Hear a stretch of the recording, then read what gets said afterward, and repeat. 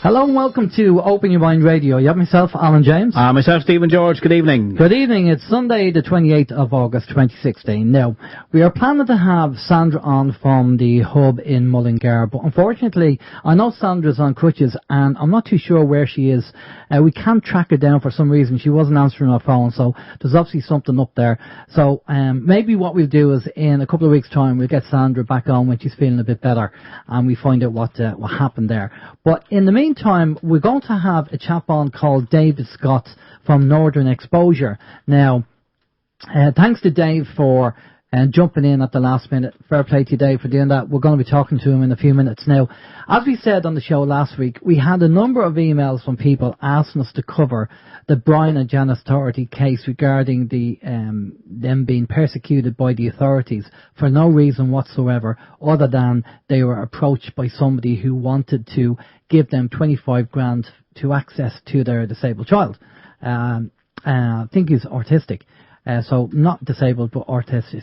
And basically, the case is, they were originally they lived in Scotland, they are Scottish, and they've been persecuted by the authorities over there and various other places, and they're over here now in Ireland and being persecuted by the authorities over here. For what reason, I don't know. But David has been doing, working with, and dealing with Brian and Janice, and he has a great insight into the actual case. So we're going to be getting David on in a few minutes to tell us all about the case and what's going on there. Now, we will say that obviously the opinions of the guest is not necessarily the opinions of OYM as well. Just a little disclaimer there, just to add it in there, just in case. But that's really it. So we're going to be really getting into that subject matter and finding out what's going on. Brian and Janice at the moment are they're up in Donegal, but they don't have any technology up there. They've no broadband, so the next best thing is obviously speak to Dave, and Dave will give us an insight on what's going on there. But before we do that, let's find out what the communication channels are. Okay, the communication channels this evening are... The communication channels are email info@oymireland.com, by phone 046 927 1212, and you can also contact us direct through the OYM chat room. Yes, the phone number again, 046 927 1212. If you want to ring in. Of course, if you want to ring in from outside of Ireland, it's 00353 469 271212. You're also welcome to drop us an email either during the show or after the show. The email address is info@oymradio.com. The website is also oymradio.com. We have the links up there if you want to follow us on YouTube, Skype, Facebook and Twitter. So yeah, you can join us on the anti-social media, that is Twitter, and you can see what we're up to, and you can befriend us and join in on the roller coaster that is life. Twitter, I still haven't got my head around Twitter. I'm giving up on Twitter. That's it. I will not tweet. I do not tweet. I will no longer be tweeting because I still can't figure it out. So that's the link is there anyway. You're more than welcome to click into it and see what it's about. What else have we got? We have the two chat rooms on our website there. You can see the link to the chat room. Big hi to everyone who's already logged in, and also peoplesinternetradio.com. We're going to monitor the chat room there as well for questions for David this evening. Alan. Cheers, Steve. Well, over to you. Yes. Over to you. Yes. Over to you. Okay, so it's like tennis. Okay. Part one of the video for the solar panel project is now up. So the Alan Parsons project. That's it. The solar panel project. The Alan and Steve project. Yes. It's up on our YouTube channel. Again, the link is on the website. You can check that out. We're going to be doing a part two, which is going to be more kind of involved in the solar panel end of things. Part one of the video was really kind of just getting all the bits and pieces, letting you see what was involved and kind of piecing and soldering the whole thing together. So yeah, again, like part two will involve the solar panel and the charge controller, but we're going to be doing that as soon as we have them in. So just we will announce it, but just keep a check on the YouTube channel anyway. Excellent. We had a technical issue with my solar generator. I'll explain the issue I had with it on Alan and Steve's week in a few minutes. Right, okay, just moving on from there. Now, Reuters, I'm sure you've all seen it during the week. Reuters, mainstream media, announced during the week that the German government advised its citizens to stock up on food and water for 10 days. We're not sure exactly what they're expecting. The Czech Republic and also Finland have also said the same thing to the citizens.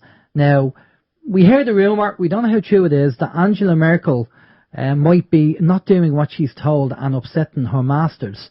And in the Daily Mirror, on the Daily Mirror website, .co.uk, it mentioned that there was an assassination attempt on Angela Merkel when an armed man tried to infiltrate where she was in the meeting in Prague during there was a motorcade, and whatever event they were at, the assassin tried to get in with a gun and he was stopped.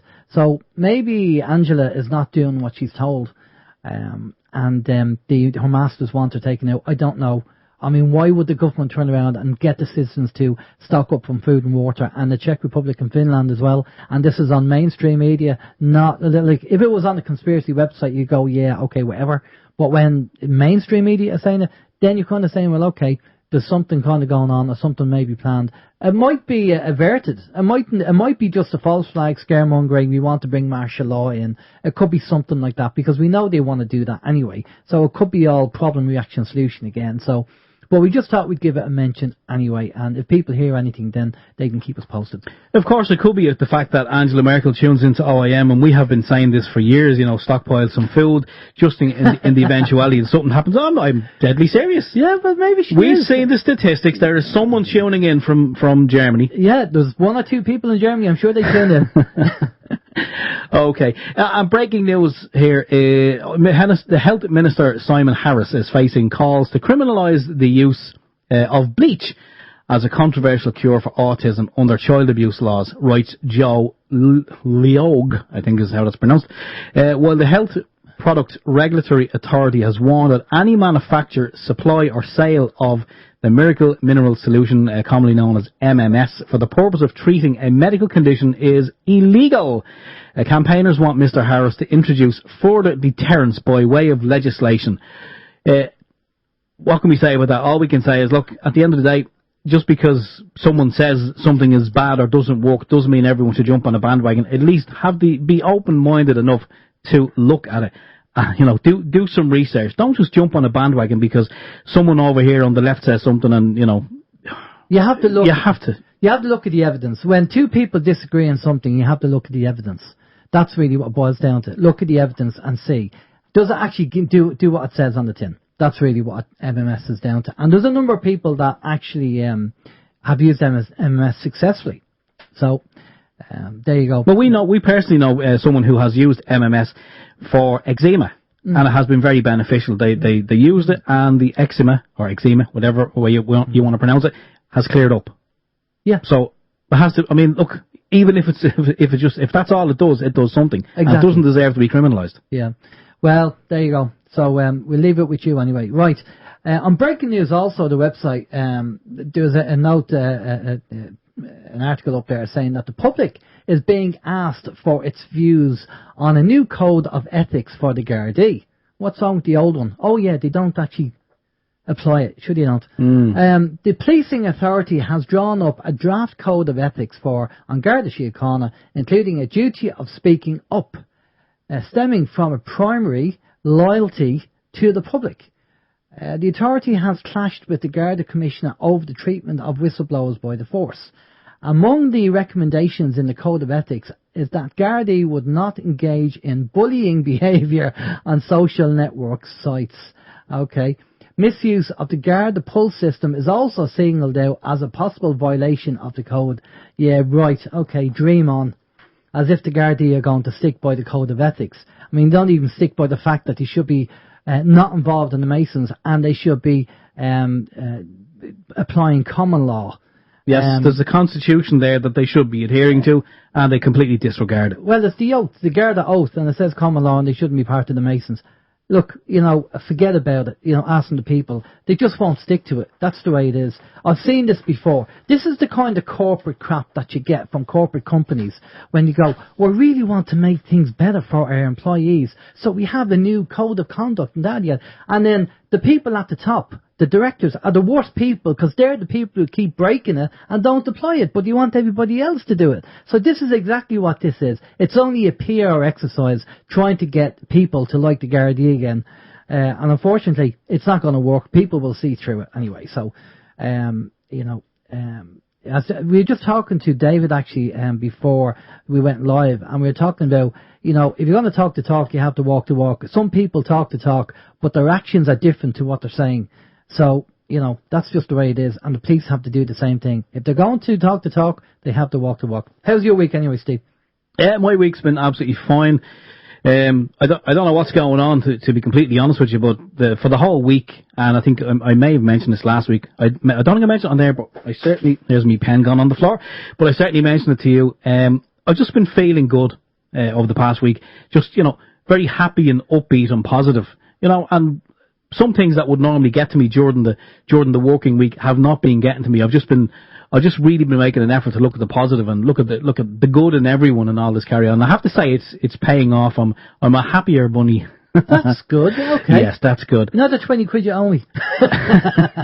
Let's just forget about it. Forget about it. It's only money. You can't take it with you when you go, which is going to be very soon. Anyway, right.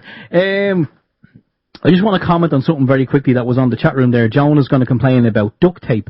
Well, that she something to do with woodies and duct tape. I was actually in home base here in Ireland last week. I was getting a piece of wood, and there was a tape there, and it was called humming tape. And I've no idea what it's used for. None whatsoever, but it was on the display and it was humming tape. I put it up to my ear and I couldn't hear it. I couldn't hear a damn thing. So, yeah, I'm going to complain about that. Anyway, what else is on my little list? The solar panel generators that we built, I know Alan's going to talk about his. I'm going to talk about mine. Mine has been on tour all week. Well, since during the week when we had it up in Alan's house, we were running some tests. I left it in the car, so I brought it into work and I demonstrated it in work to the amazement and awe of my very captive audience, I have to say. And they couldn't figure it out. I plugged a fan, an oscillating office fan, into it, and I explained the science behind it while the fan is oscillating there, and they're looking. All they can see is it's not plugged into the wall; it's plugged into this box. And I explained the science behind it. Some people didn't get it, and some people they had a load of questions. Can you run your house on it? Blah, blah, blah. So I gave them a quick 101. I also brought it out. I was visiting my father, it's going to be his birthday very soon. So happy birthday, Daddy! There you go. I brought it out and I demonstrated it to my father, my sister, my brother as well. And again, they were quite amazed and wanted to know a little bit more about the science. So it's been on tour this week. I'm going to leave it in the car, and anyone who I come in contact with, I'm going to, if they're interested, I'll give them a quick 101. And the only other thing I want to mention is anyone and everyone who listens to the show know that both Alan and I juice and have juiced for a long time. And we have the juicer that we have is called the Oscar 930 Pro. It's a fantastic juicer. Now, I hope my father's not listening now, because my father, he loves technology, and if I get something, he generally follows suit, and he'll get it as well because he does. Anyway, he got a juicer, the same one, the Oscar 930 Pro. Unfortunately, he doesn't juice. He's actually used it twice. We were up there yesterday, and we were just kind of having a clear out and a whip round to see what we could get rid of and dump. And the juicer was there neatly packaged under the stairs, and I says, why is that not sitting on your countertop? Do you not use it anymore? And he says, honestly, he said, I only bought one because you bought one, and I've only used it twice. So he said, look, if anyone is looking for one, if anyone wants to buy it, he said they're more than welcome. So I said, look, I'll just give it a mention on the show. And I was looking up the juicer there this morning. They actually retail for about €350 or something like that. So we just said we'd throw it out there, and we'd maybe a figure of 250. And sure, if anyone wants it, just drop us an email and we can sort something out. There we go. Good stuff. Yeah. That's it in a nutshell. How's your week? Yeah, not too bad. It's just amazing. We get phone calls obviously during the week, and we have a number of requests regarding information and certain things that we do at OYM, and we get on and do them. But I did get requests from a family member, which is kind of something that I hadn't done before. And basically, I got a phone call, and the phone call really got to do with him and his partner have just moved into a house, and there's an energy in the house which wasn't very nice. And his partner, the family member is a medium, and he was okay with it. He kind of accepted it. Wasn't happy about it, but accepted it. But his partner could kind of pick it up, and she wasn't very happy with it at all. It made her very uncomfortable in the house. So he asked me to come down and do a clearance in the house. And so I went down on Friday night. As I say, we get asked to do certain things, but this is definitely first. So as I kind of have a spiritual background and kind of been involved in it, I went down on the Friday, and we went down and we did a clearance. And I just texted him today to just ask him how's the house, how does the energy feel in the house, and he gave me a thumbs up. He said so far so good. He said definitely his partner says that it feels much lighter and it feels better.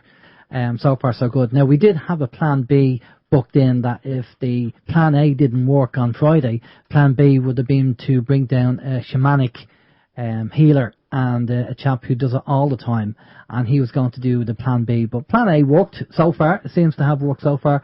So she was they were very happy with that, and so there you go. So these things, it's just amazing what comes through on OYM. But there you go. We're happy to help if we can. We're more than happy to help. Now also what we've said earlier on about the solar generators, we're doing some work on the solar generators, and although on the video you see the inverter that I'm using, and it was working, but we found out that it's actually faulty, that it won't do the full power of an inverter. So we've gone and ordered 2 replacements, because we're going to be upgrading Steve's inverter, because we need a bigger inverter to get more power. So them inverters are going to be in during the week, and we're going to put them on the solar generators, and then we'll take another video and we'll show you with the new inverter, and we're going to change a little bit of the wiring, and again we'll do that on the video as well to show you what we're doing. But yeah, people are quite, I have to say, very interested in the solar generator and how it works and stuff, and we've had a few queries as to what the parts are, how to build them. Have you got any diagrams? And I said, well, everything's on the video really. So if you want to have a look at it, you can pop over to our YouTube channel, and the solar generator is there, just in case of emergency with power. And thanks to Steve, by the way. It was Steve, because I had the suspicion that the inverter was faulty, Steve brought over his solar generator, and it proved the point that my one was faulty, because his one worked fine. So it was just my inverter is just an old one. It's, it was years old, so it just wasn't up to the job, so we had to get another couple of inverters. But there you go. And the last thing on the list before we bring Dave in, because Dave's in the green room, he's waiting on us to bring him in, is that the OYM supporters group, we're going to have a meeting, thanks to Chris for giving me a nudge. We're aiming to have a meeting on September the 24th at 3 p.m. I will email the people in the supporters group the location and where we're going to meet. We're not going to talk about that on the air, but you will get an email. If you're in the supporters group, you will get an email, and we will be meeting. So put that in your diary, September the 24th at 3 p.m. and we'll email you the location. And you'll be okay for that, Steve, won't you? I hope so. You check your social director, have a word with her. Okay, right, so let's bring Dave in. Dave's has been doing sterling work. He's doing some work as a correspondent on the UK column as well, with Brian and Mike over there. And Dave has been working with Brian and Janice Docherty with the case. And this case is going to shock you, because an awful lot of people put their morals on these psychopaths, and that's the last thing you do, because just because you wouldn't do it doesn't mean they won't do it. And the paedophile rings are rings within rings within rings, and we've told you also to go and look at the movie Personal Services. Julie Walters was in it. It got to do with Cynthia Payne. She was a madam in the 70s. And these judges were all involved in all this kind of stuff, and, just a whole kind of rag bag of things going on there. So check out the movie. Now, the movie didn't involve child abuse. I have to say that. It's more got to do with guys into kind of perversions and kinkiness and all that kind of stuff. but it gives you an idea of what goes on, I'm sure, in the background. And David has been doing an awful lot of research into this, and he's probably the best man at the moment to talk about this with the research that he's doing. And we're going to expand it as well. There's other things that are related to what's going on as well. So good evening, David. How are you doing? Good evening. I'm very well. How are you? Not too bad. Thanks a lot for coming on. I know it was last minute. I called you today. We were planning, as I said, to get you on anyway, but as synchronicity works and the universe works, you're obviously meant to be on tonight. So, we'll go with the flow, and I think it's going to be good to talk about this because it needs to get out there. We've been emailed by multiple people asking us to talk about this case and to get it out there. So now's the time. Before we get into the case and find out what's going on, do you want to tell us about yourself, a bit of a background about yourself? Yes, sure. I'm the Northern Exposure correspondent for the UK column, so I'm on there once a week. I'm talking about matters relating to Scottish politics and various cases and areas of concern in Scotland, and also in one or two other countries, principally Israel, which is a particular interest of mine.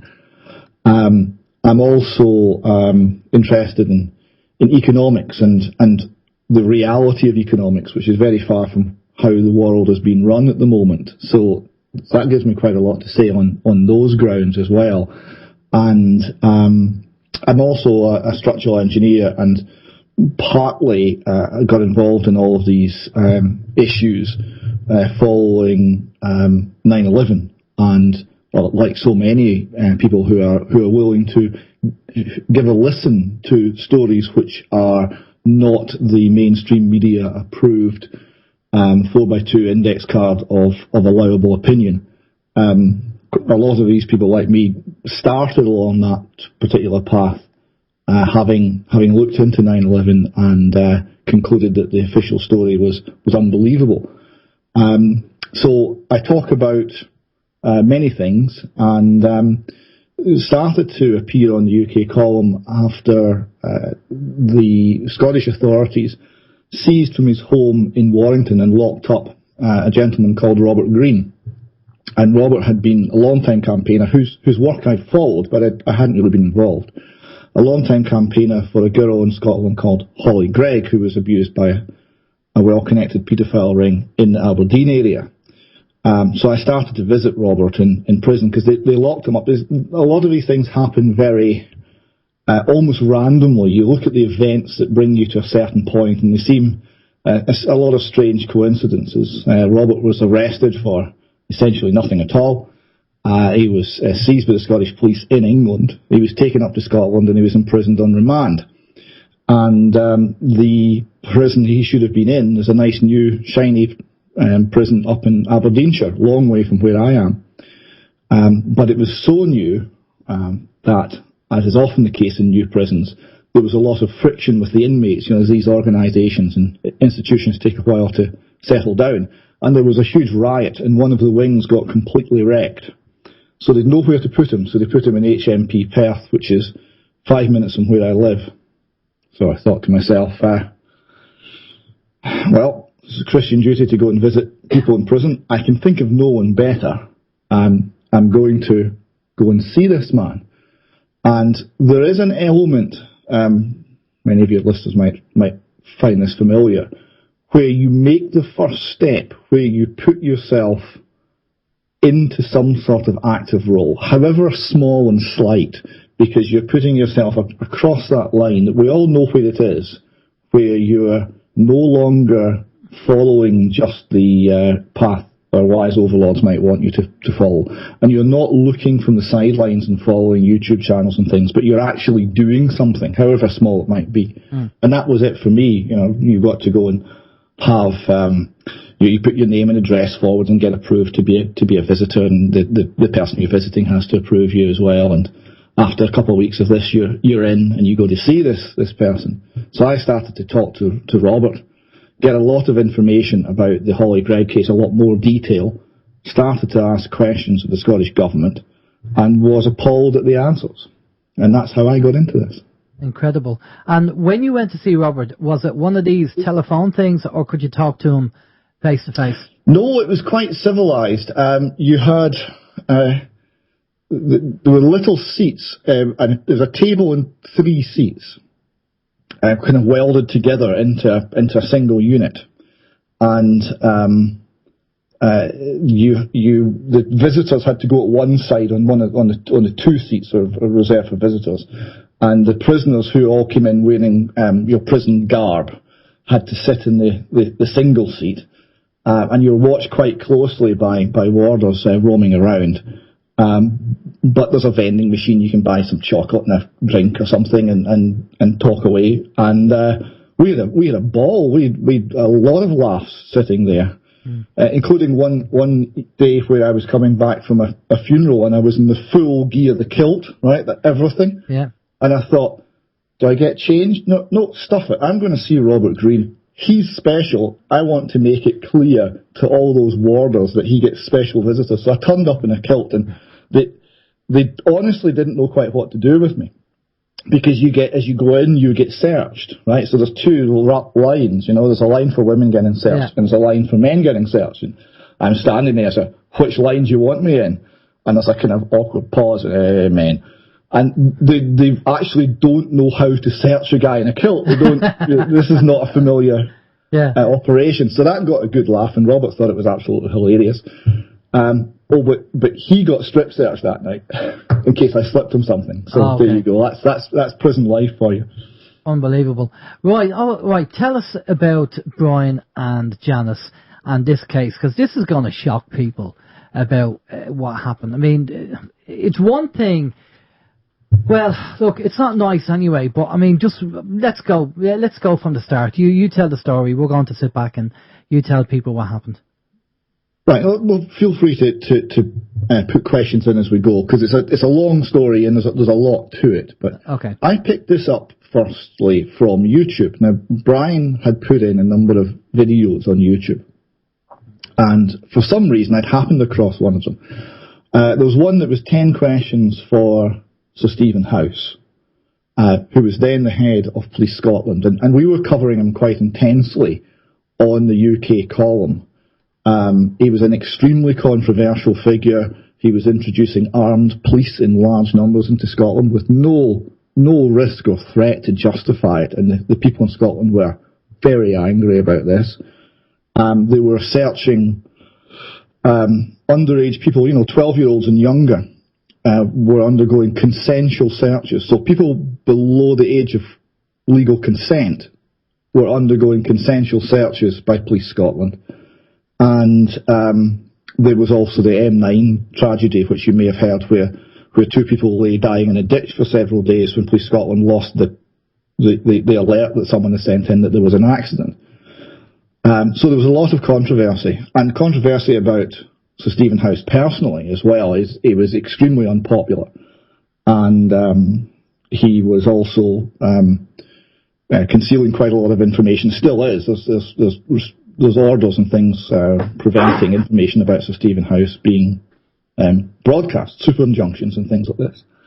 So we were covering that, and because of that, I was searching for information on Sir Stephen House. I picked up this video, and then that took me to more videos, and there was one called Enda Kenny's Watergate, which a number of your listeners may have heard.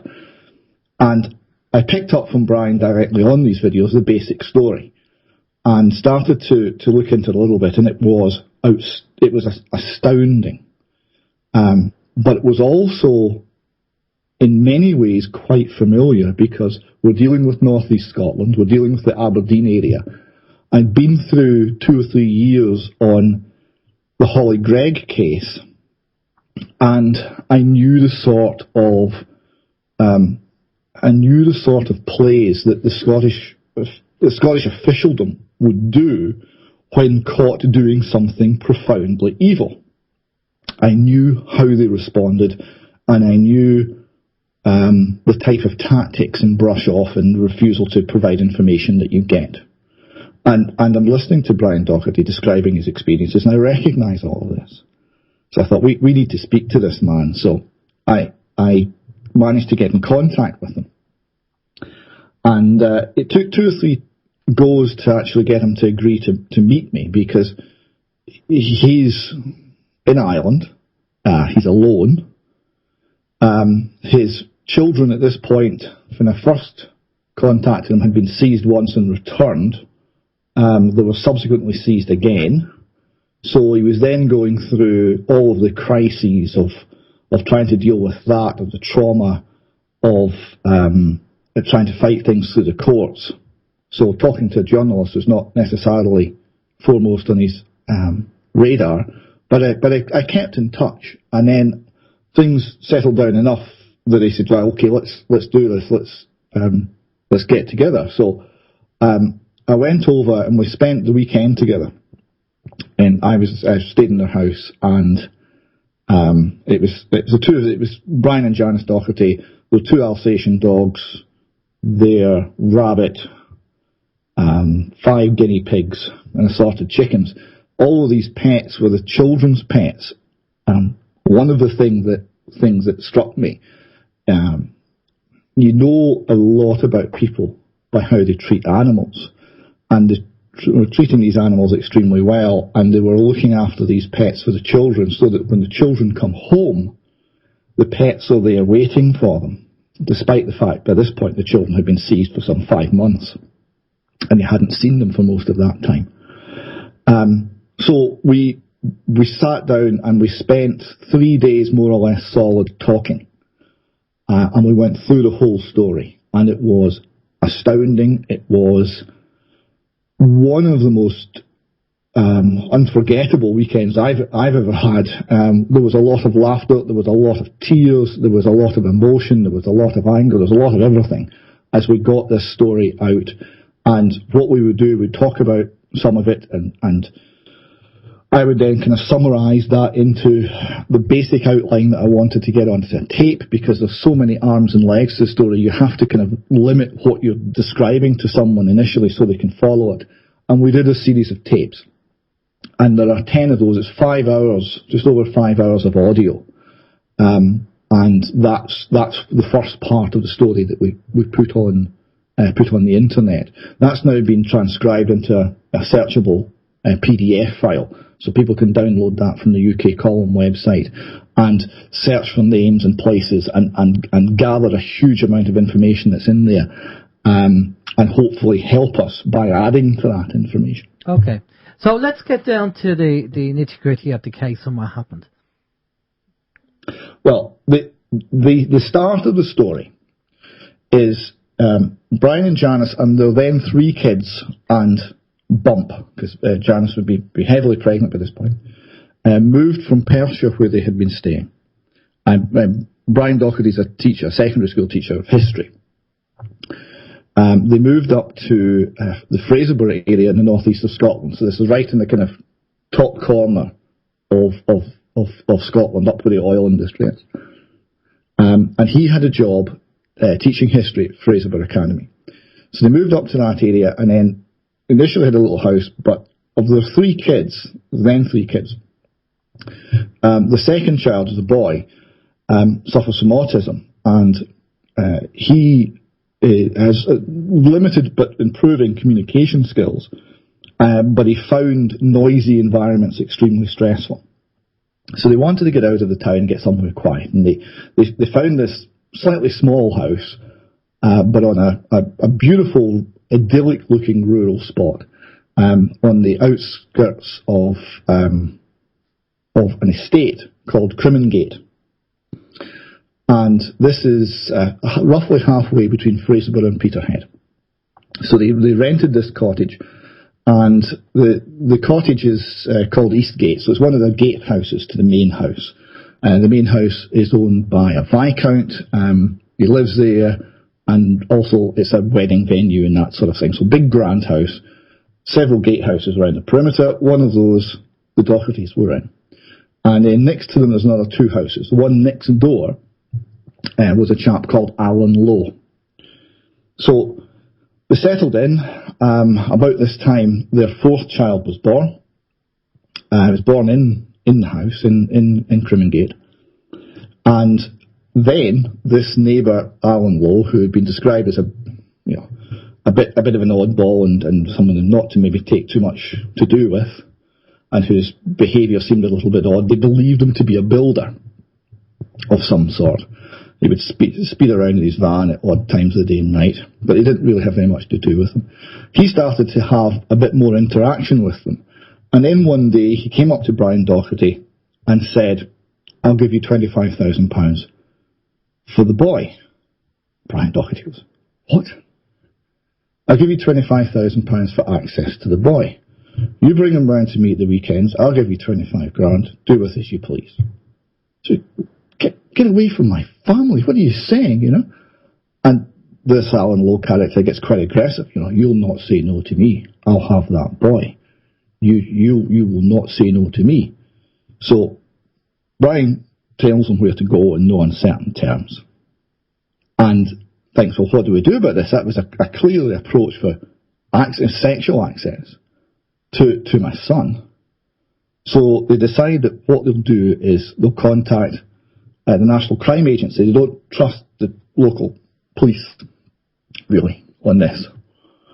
So they contact the National Crime Agency, and after a week of emails, the National Crime Agency just says, "We'll contact the local police." So they contact the local police, and they speak to an officer, they're told, Sergeant Sam Buchan. More on that later. And he says, "I've just got the right two officers for you to speak to," and sets up a meeting. This would be 2014, at the very start of August, and sets up this meeting in Peterhead police station, which is slightly further away from where they are than Fraserburgh police station, but there's not much in it. So Brian goes off to see these two ideal officers. The ideal officers turn out to be really young female recruits who don't seem to have much clue. Right? He later finds out that at the same time he's in that police station, in the other police station in Fraserburgh, apparently Sergeant Buchan is meeting both Viscount Petersham, the Viscount who owns the estate, and Alan Lowe. They don't know anything about this at the time. So the next day, so this is 24 hours into this investigation, a sergeant for Police Scotland, that's Sergeant Buchan, as far as Sergeant Sam Buchan, as far as the Dochertys know, turns up at their door. Interestingly, that he'd said he didn't want to come to their house in case they alerted the paedophile. So within 24 hours, he's at their door, standing obviously at the door and not even consenting to come into the house. And he's saying, "Well, there's nothing here. How can I persuade you there's nothing to worry about?" And the Dochertys are going, No, this guy's dangerous. He offered us £25,000 for our son. This guy's dangerous. No, we've spoken to him. It's fine. Well, what did you ask him? Well, we asked him if he was really a paedophile, and he said no. And the Dochertys can't believe this. What? What's going on here? So this conversation goes on and on and on and on, where the sergeant, after 24 hours, is trying to persuade the Dochertys there isn't anything to worry about. And then the Dochertys are saying, no, this guy's a risk. This is a danger. Now, the Dochertys also alerted their landlord, Viscount Petersham, because Viscount Petersham had two fairly young children who were away at private school, but were due to come back about that time and spend some time on the estate. So they thought that he, as a father, would be concerned that this man, this tenant on his estate, was a threat. But rather than supporting them, what the Viscount did is he decided that they weren't the sort of people he wanted on the estate, and basically decided to evict them. So there's then a meeting with the estate agent where the Viscount says, they've got 4 kids, we didn't know about the 4 kids, it's breach of there's too many people in the house, it's breach of the conditions of the let. And the estate agent says, well, no, actually, we did know about the 4 kids, and this was all agreed. So this doesn't really go anywhere. And then there's a confrontation between Brian and the in the Viscount, where the Viscount suggests that the Dochertys shouldn't be involving the police in this. And if they involve the police in it, then it's the Dochertys' children who are going to be taken by social services. So, the next thing that happens is social services are at the door. Social services have had a report from Police Scotland, and social services are very concerned about the children. And the Dochertys are saying, well, in what way are you concerned? He said, well, they're not in education. Now, one of the children was homeschooled. Now, bearing in mind Brian Docherty is a high school teacher, if he wasn't having his children properly educated, he would lose his job. I mean, it would be completely unacceptable. But they're both university educated people.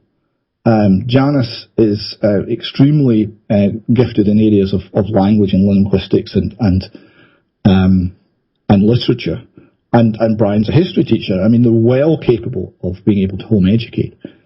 And their oldest child wanted to be home educated, and that's where she was happy, and that's what they were doing, with the knowledge and permission of the local authority. But this knowledge and permission seemed to have been mislaid, and there was all this attention on the children, and the rest of it was based on nothing as well. You're isolated. Well, everyone who lives in a cottage in rural Aberdeenshire could be described as isolated.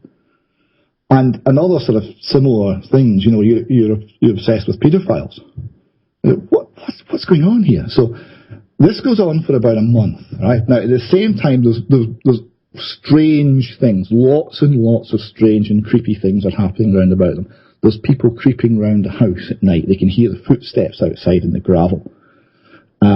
There is a pane of glass rigged as a booby trap in a greenhouse, and a child's toy is placed in, so when the doors open, the child goes in to get the toy. The glass falls on the child. Fortunately, it didn't break, it didn't hurt the child, but it looked intentional. There was lots of cars. When the report was made to the police, there was a lot of very expensive cars suddenly went in this little back lane. It's the back way into the big house. It's an extremely small, sort of twisty road. It's not how you would enter the house at all. There was a whole series of extremely high value, very expensive cars flying along this little lane going into the big house late at night.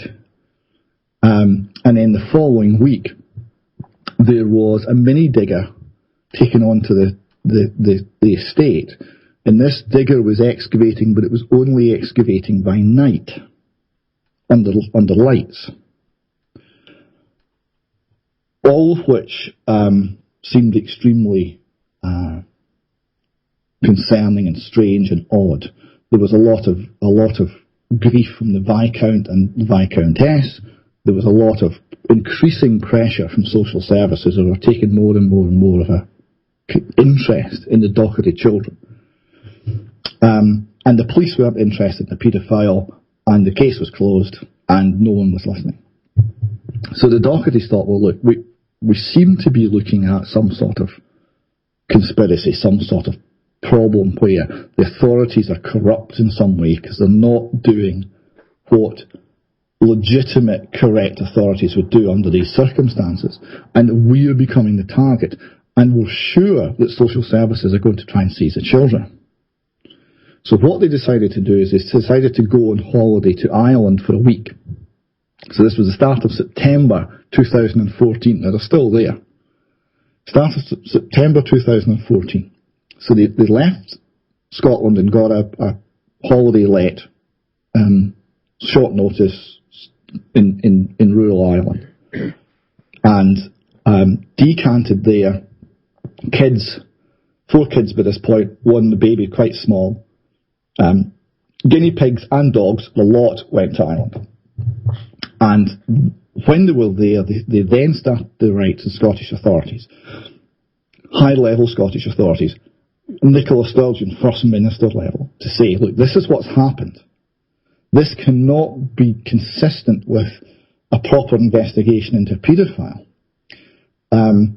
There seems to be corruption here. We need protection. We need help.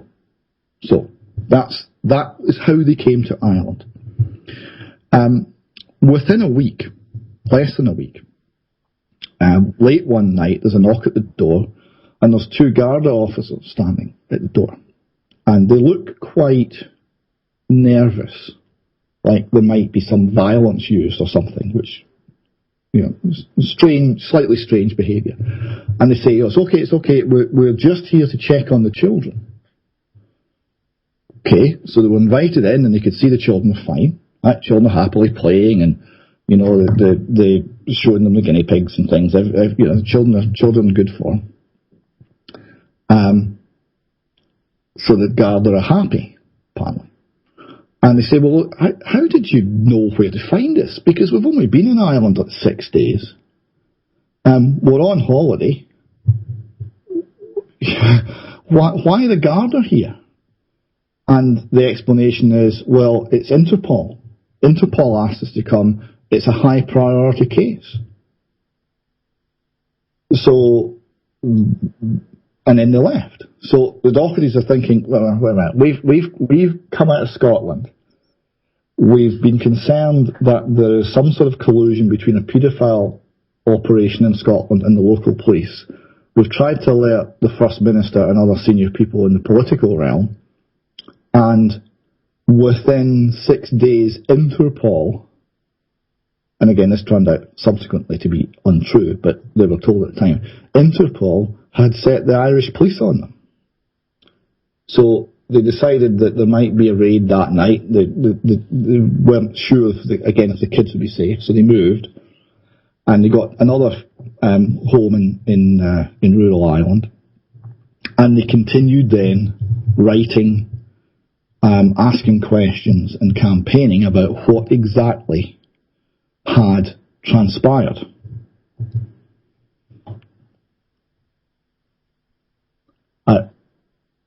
So any questions before I go on, gents? No, no questions. But there's a lot of interest on the chat room there, and obviously everyone is just kind of saying how evil this is, and it's unbelievable. I mean, it's so frightening that obviously what's happening so far in the case could happen to any one of us with children for any number of reasons. So what then transpires? Like they go up to the Achill area. The more strange things happen. Like they're followed. They have to go to a bank in the north because they bank with a British-based bank. So they don't have a branch network in Ireland. And at one point, to get some cash, they have to go to a branch, and the nearest branch is Enniskillen in Northern Ireland. And they're followed in a very obvious way all the way back from Enniskillen to Achill Island, where they're staying. They're clearly being surveilled in a not too subtle manner. They're aware that they're followed. The following from Enniskillen was later confirmed in court documents, so it's not their imagination, it's absolutely genuine, and was done in a very obvious way, because they went into Castlebar, I think it was, to get some food. So they were going around the supermarket, and the guy who'd been following them was just following them around the supermarket, and then following them back out and back in the car and then off to Achill Island. So it wasn't subtle. They were aware that there was this ongoing surveillance, and there started to be things like break-ins and strange things happening in the house, and again, lots of people around the house at night, and just a lot of mental stress, and a constant feeling of threat. But they continued to campaign. They were asking questions about what had happened, about where the case was, about how the police were dealing with it, and doing a lot of writing. Now, what then happened was their children were seized. Now, the date for this, let me just get you the date.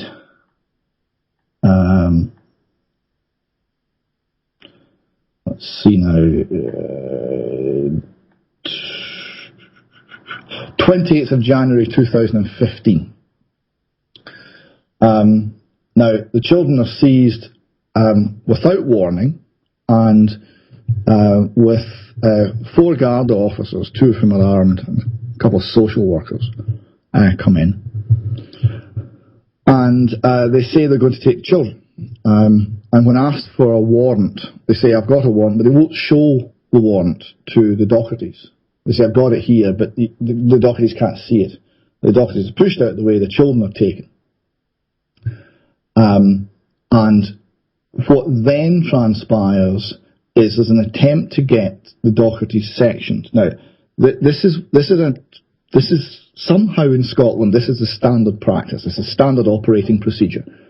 If you make a report of a paedophile operation in Scotland, and it's a well-connected paedophile operation in Scotland, what will happen is the following. If you have children, your children will be probably seized by social services, and the explanation will be that you are not mentally stable, and you will be sectioned, quite possibly. Well, there will be an attempt made to section you. This happened to Anne Greig in the Hollie Greig case.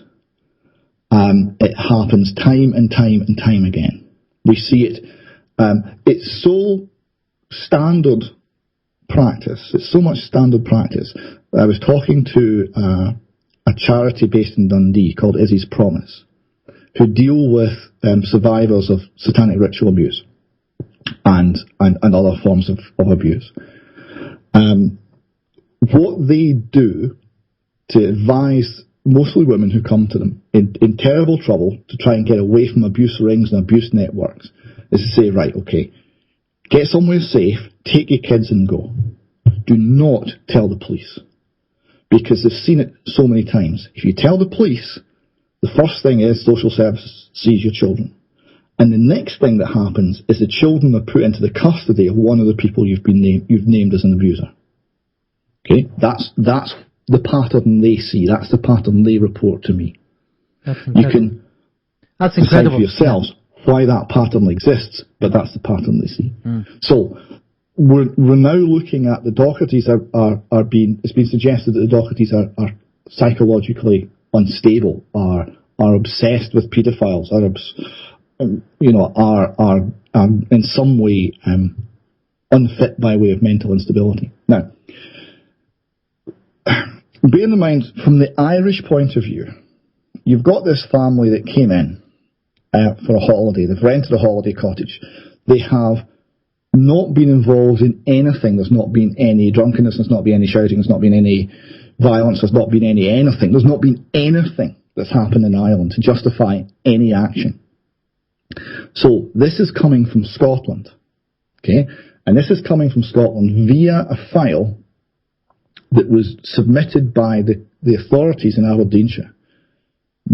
And that is the Police Scotland, NHS, Grampian NHS, and Aberdeenshire Social Services. So those are the principal bodies that are putting together some sort of dossier on the Dochertys that have prompted the Irish authorities, or given excuse to the Irish authorities, to act in this regard.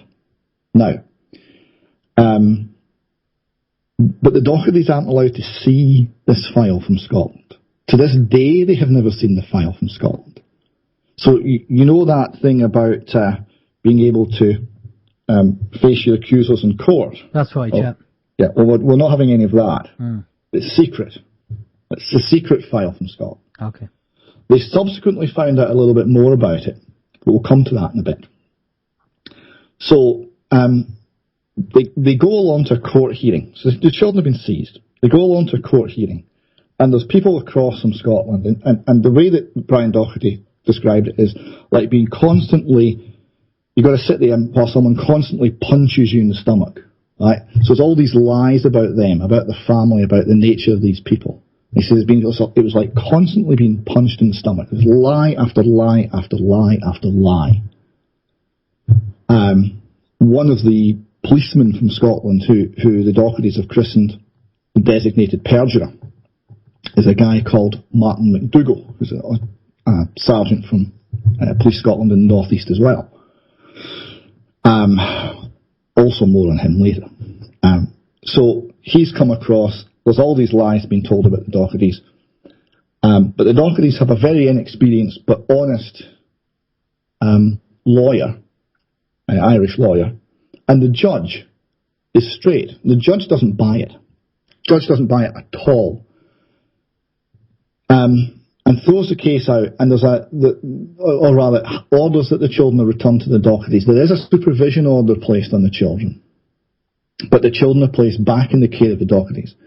And the Irish judge says that this file from Scotland is not to follow this family about. Right? So she obviously thinks it's a pack of lies. She's not at all impressed. So the Dochertys then have their children back. But the new angle of getting at them is to try and get them sectioned.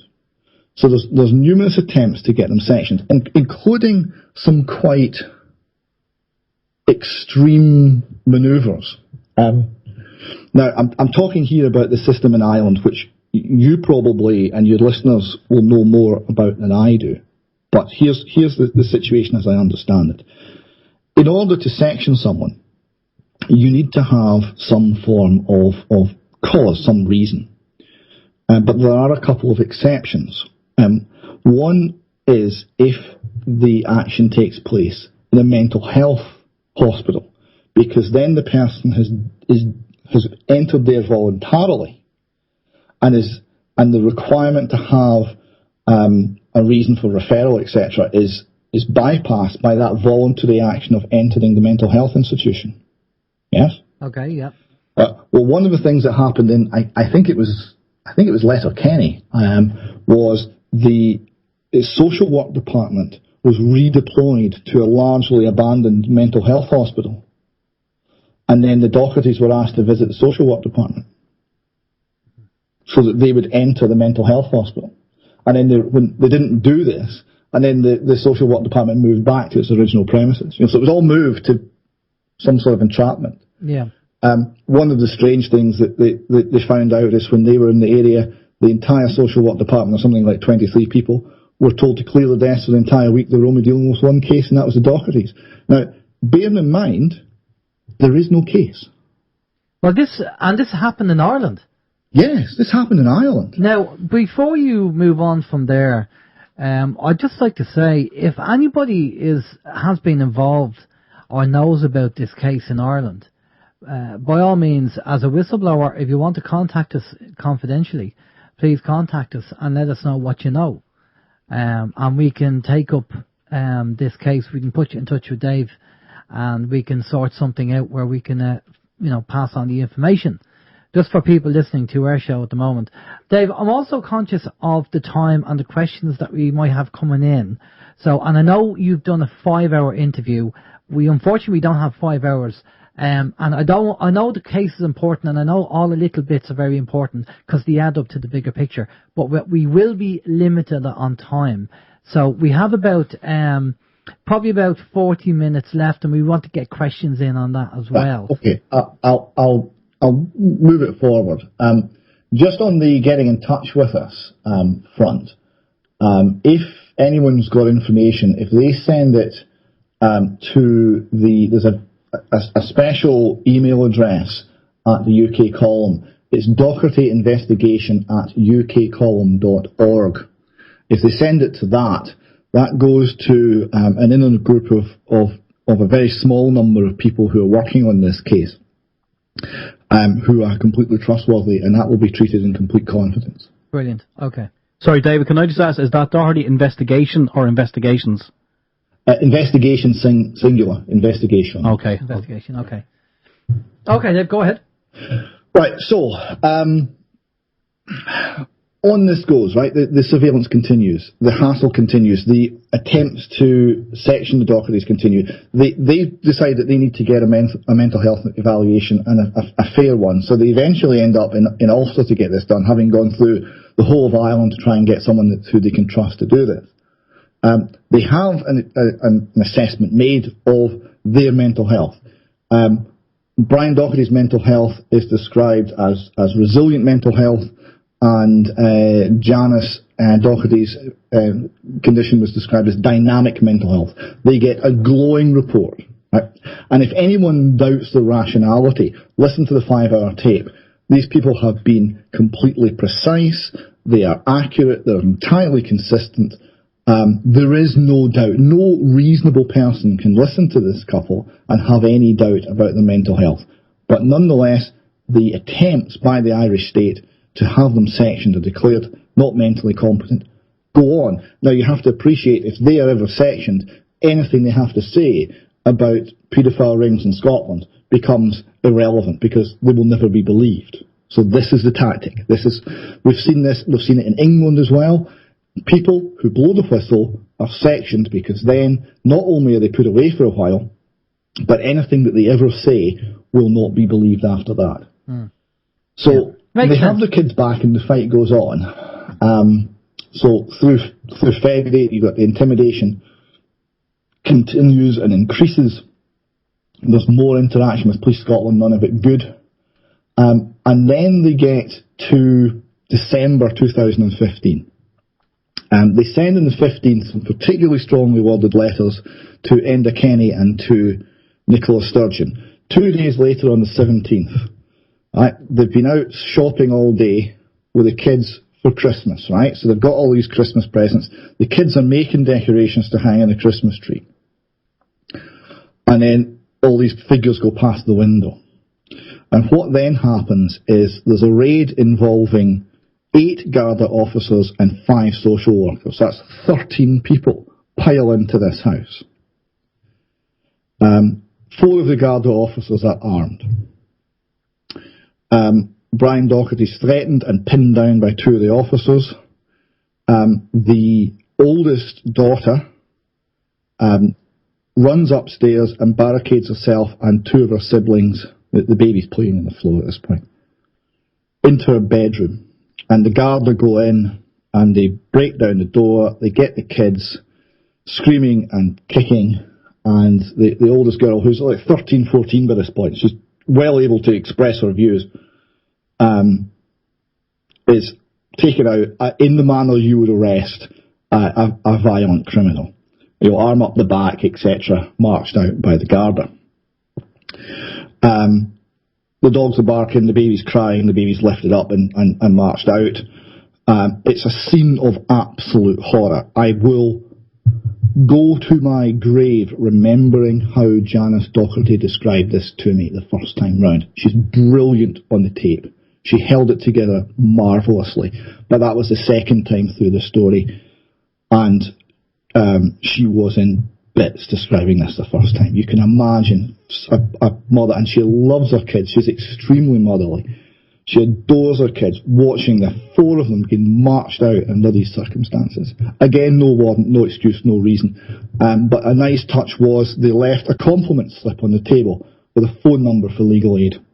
Legal aid, incidentally, was subsequently denied.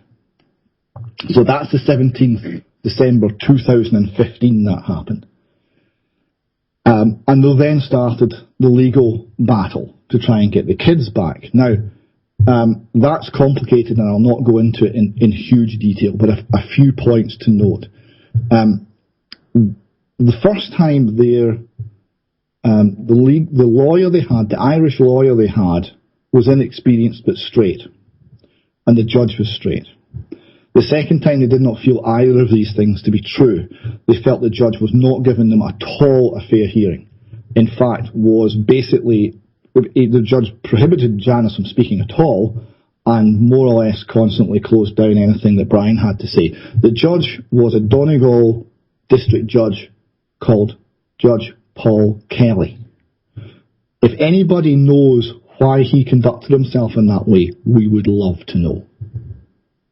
Because we don't know right now. But there will be a reason. Okay. So,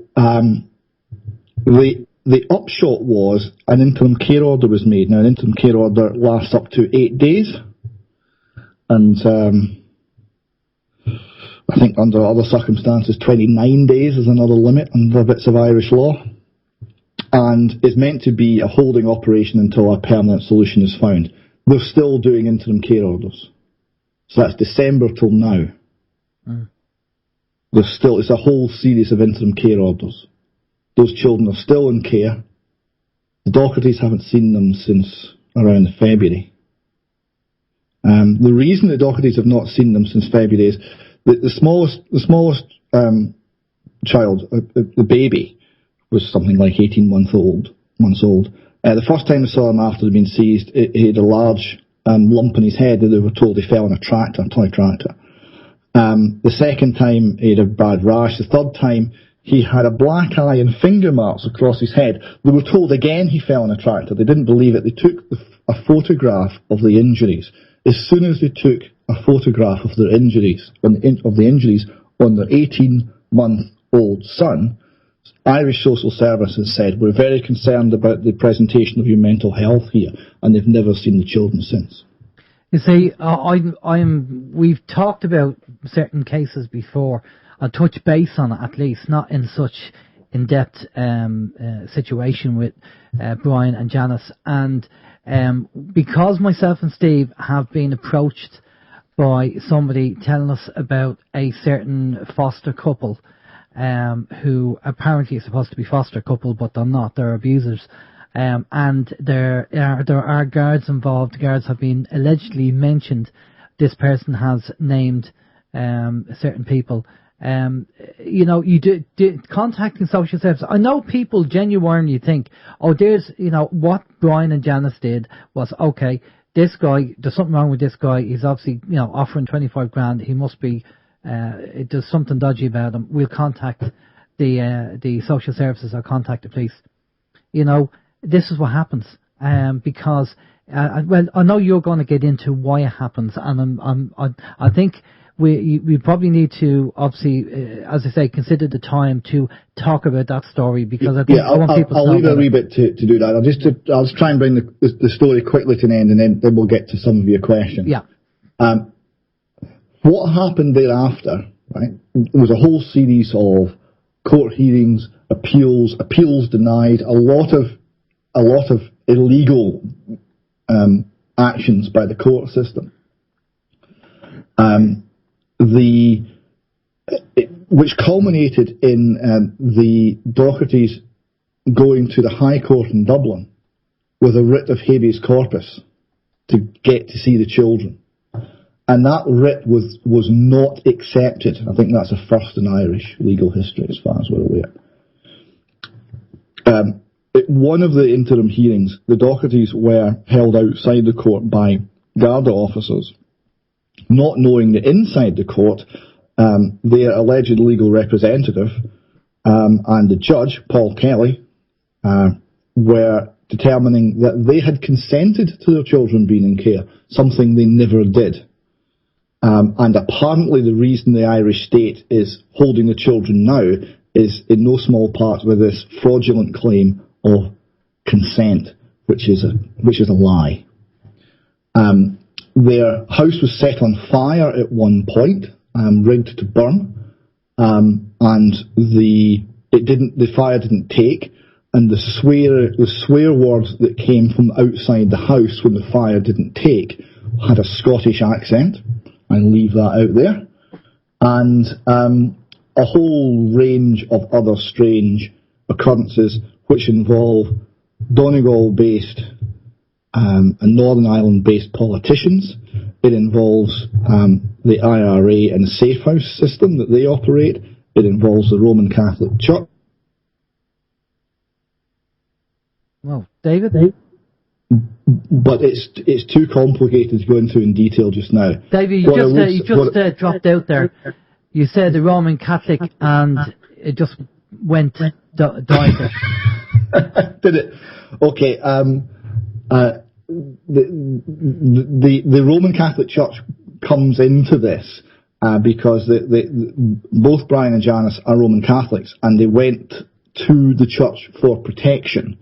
And they did not get protection, and that's part of the story as well. Okay. One of the more dramatic pieces is them escaping over a monastery wall in Northern Ireland and making a run to the ferry to get back to Britain at one point. And they go in onto the ferry as foot passengers, and they see the police watching and searching all the cars, and they escape because they're foot passengers. There's a lot of kind of dramatic scenes in this. And what I would suggest is if people go to the UK Column website and click on the Docherty files, they'll find at the moment there's two, there'll shortly be more articles, but the first one's called The Brutal Protection of Paedophiles. In that there is the full audio tapes, so you can hear this whole thing first hand from Brian and Janice. It's extremely moving, extremely dramatic, and I hope many people will go and seek that information out. Okay, we're going to try and go over to questions, and then you can touch base on the... do you just want to do a 5-minute as to the structure of these paedophile rings and the ring within a ring? Just explain to people how it works, what you found out. What I've done in Scotland is I've had the experience of the Hollie Greig case. We've got a lot of information from Izzy's Promise, the charity in Dundee, and the person who runs that, one of the people who runs that, is a very brave woman called Laurie Matthew. Now, Laurie's written 3 or 4 books about this subject, and a lot of these, one of these books in particular, is a whole lot of survivor stories, and you get a huge amount of information from these books as well. Plus, I've spoken to quite a lot of survivors now.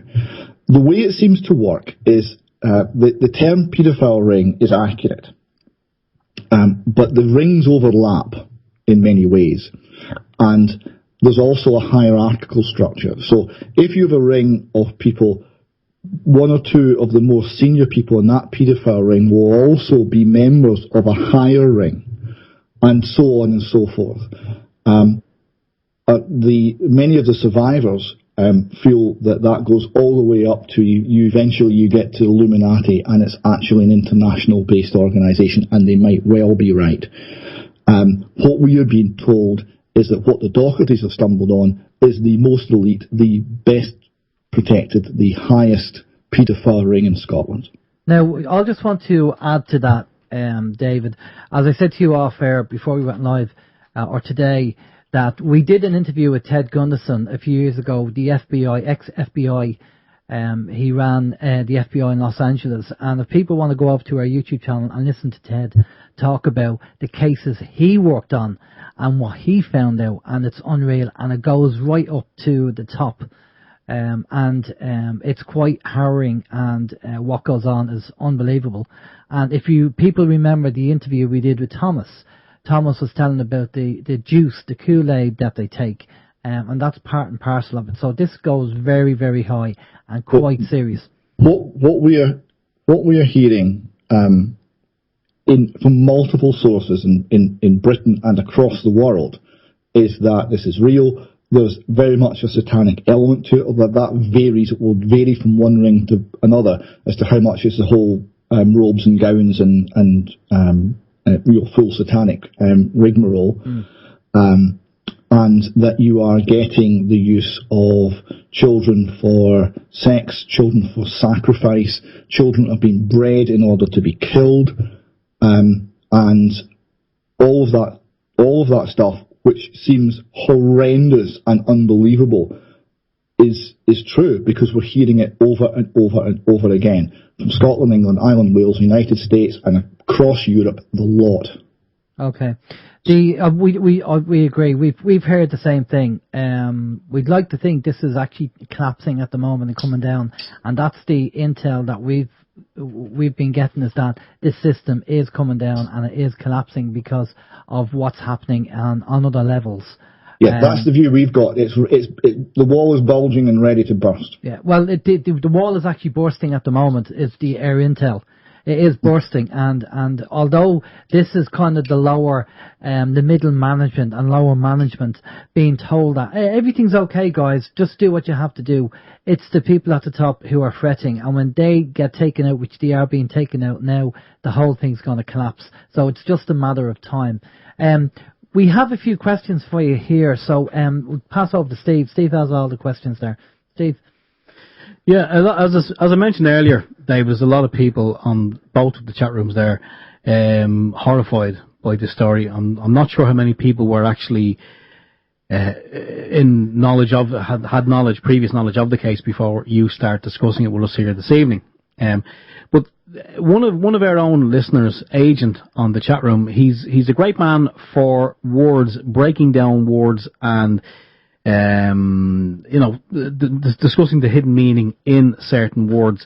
But he's a great advocate for the birth cert, and he says play the game, but knowing the name isn't yours is key. Now, basically what he means there, if you're not kind of, you don't know where I'm coming from, he says that once the name is registered, then obviously the birth cert is given to the parents, and the child is then basically belong to the state, for want of a better word. So I am aware of that view, and it may well be correct. I've never had what I considered complete confirmation that if you do not have a birth certificate, they will not seize your children. Because the other difficulty we have here is getting anybody in these circumstances to behave lawfully. Because a lot of this, and this comes in part from the free man movement, which I have a high regard for. People like Robert Menard, I've a great deal of affection for, and they taught me a lot. But the view that we take is, yes, you can use this, but it's each individual has to decide how much and in what way, because there are no guarantees with this. And however right you might be, if the people with the guns do not accept that you are right, well, what do you do? Just out of curiosity, David, have you watched the video that Brian did with Carl Lentz regarding getting the kids back and calling them property and not kids?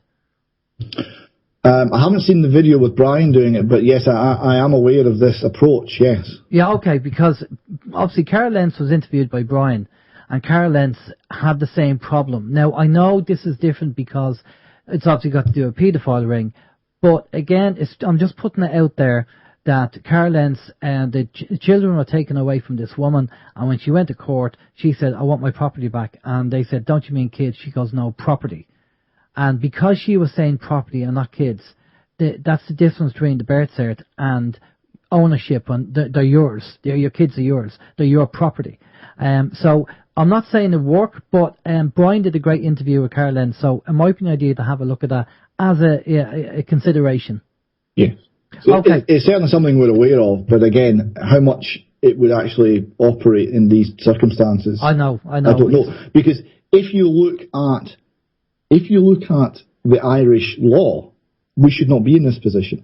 If you look at the published statements, there was a conference by the Guardians at Lytham recently, and Judge Paul Kelly was speaking there. And if you take his introductory comments as though he actually meant them, we wouldn't be in this position at all. Mm. If anybody responded lawfully, honestly, decently, we wouldn't be in this position. One of the things that's most striking, I was asking the Dochertys, did you ever, what legal advice did you get? Well, we didn't get very much because we refused legal aid and there's only so much money, but at one point we spent 1,500 quid that we could barely afford, and we had a barrister for a little while, and the barrister was looking at the file, and they kept repeating, but there's nothing here. There's nothing here. They're taking your children, but there's nothing here. So, on what basis have they seized these children? Yeah. On the basis of some fraudulent document from Scotland, which incidentally was written by a nurse consultant in Aberdeenshire, whose name is Phyllis Smart, who I've spoken to briefly and who will not justify her decisions here. What Phyllis Smart did is she wrote an extremely damning report on the Docherty children, whom she had never met, and on Brian and Janice Docherty, whom she had never met.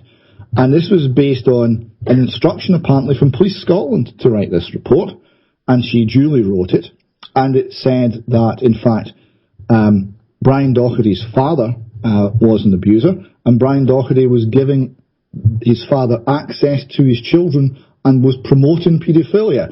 And there's a problem with that explanation. And the problem was Brian Docherty's father had been in his cold, wet grave for more than 4 years by this point. So it could be a threat to no one. Yeah. It's, I know, because of what's involved and what's going on, they're not going to apply the law, and we've had that on numerous occasions here. We've heard stories of the guards going in for whatever reason, not showing the warrant, and doing what they're doing.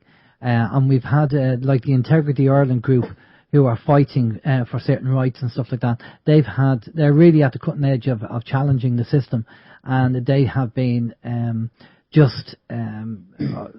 persecuted by the system because of what they're doing. But let's go off to the questions, David. We'll go through the questions. Steve? Yeah, comment come up there on People's Internet Radio chat room earlier, David, and the comment says, Police Scotland are simply ignoring the Freedom of Information requests for the Docherty case. Is that right? They're ignoring these requests? Everyone in Scotland's ignoring the Docherty case. The Docherty case is quite remarkable because I'm a 3-year veteran of the Hollie Greig case. I know how to get told to get knotted by the Scottish Government. Yeah. I've been told to go away in many different ways and many different times. I have never met the instant wall of silence you get when you mention the Docherty case. And the only thing that's surprising is you get rejections. Normally in Scotland it's played out 21 days. So it slows down the exchange. You ask them a question 21 days later. 21 working days later, you get a response. Like, the response is garbage, you go back with another question 21 working days later. It slows everything down. With the Dochertys, what we find is we get sometimes same day, sometimes same hour responses. And the responses are always the same. The responses are no comment. Right? And that applies from Nicola Sturgeon's office all the way down. Police Scotland won't answer the questions. No one will answer any questions in Scotland. The Freedom of Information Act in Scotland is essentially no longer functioning when it comes to the Docherty family. That's amazing. Yeah. It seems, listen to the story. If you backtrack right to the very beginning, I could be just maybe this is me being naive, but it seems that when they were initially, when the husband was initially approached by the neighbour and offered the 25 grand, if he had just walked away and said nothing, do you think that we wouldn't be having this conversation today, or would they still have tried to get them on something? He wouldn't have been safe. No, I agree. Yeah. I would agree with that. The only thing you can do, and I would have to say, if anyone finds himself in anything remotely similar situation, is find somewhere safe for your kids and run. Yeah, move. Don't tell the police. Don't tell the authorities. Don't look for any help. There will be none. Mm. And that's a sad reality. There is so much going on. I mean, I remember the Hollie Greig case as well, and we were following that here for a long time too.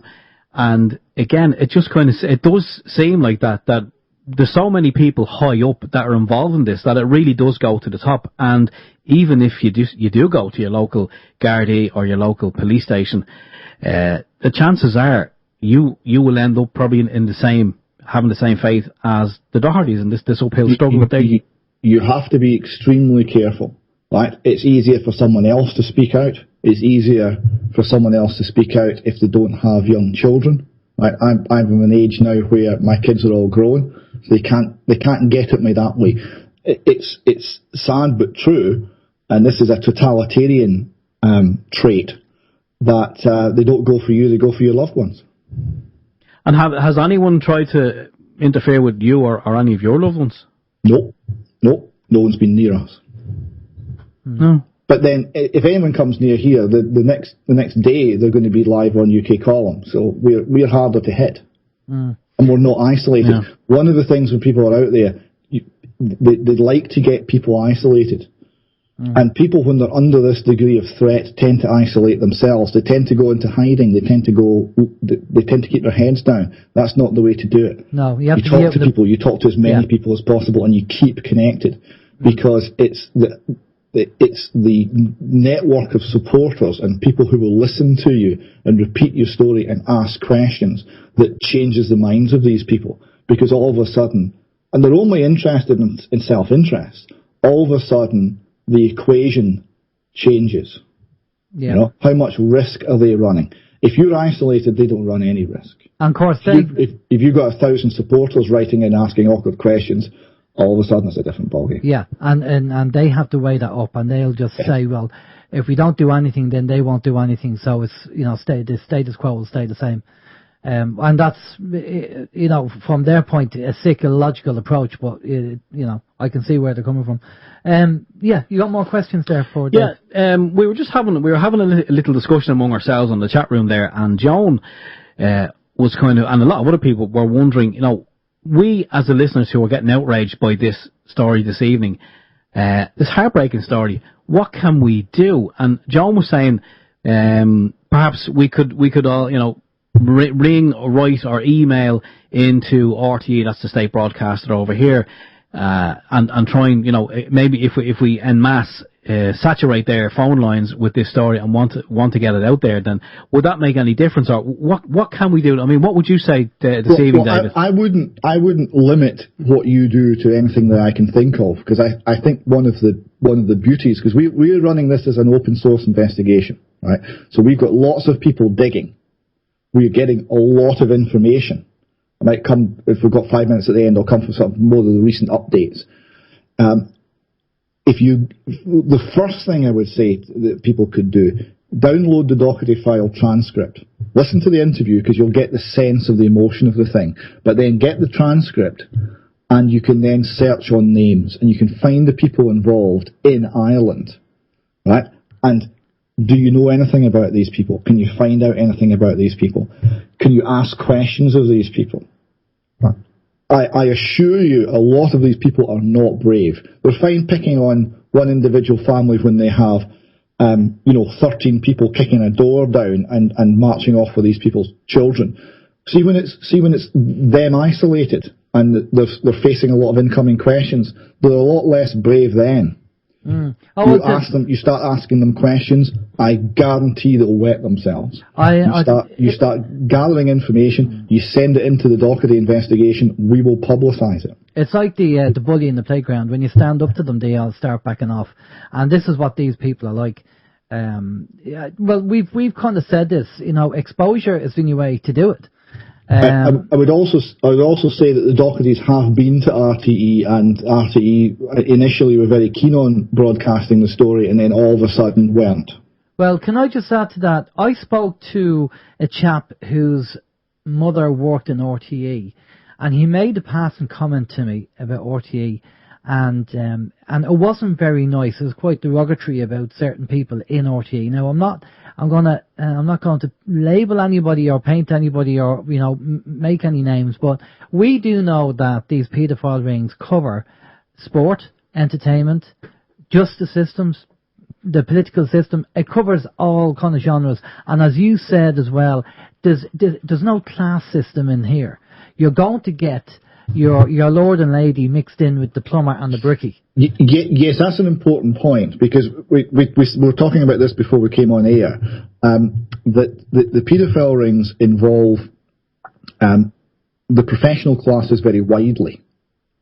Shipman, for example, was part of this. So you've got doctors, you've got people with housing benefits offices, you've got lawyers, you've got judges, you've got senior politicians, you have policemen. But you've also got, Oh, David, you're gone again. Sorry. You've also got, lots of ordinary, working class people, and even kind of underclass people.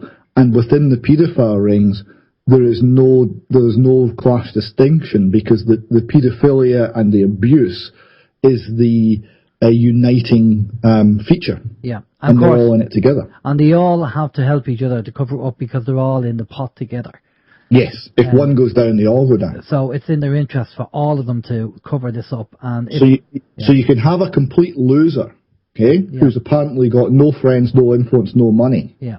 And he can wield the influence of the state, because he can wield the influence of the other people in the paedophile ring. And hence why some people end up getting killed or having accidents or commit suicide when it all comes out there, they've probably been involved in the ring and they've been taken out. Yes, if anyone talks, that's death. Yes. Yeah, definitely. Those are the rules. I understand. Okay. Now, tell us your update, what you have so far.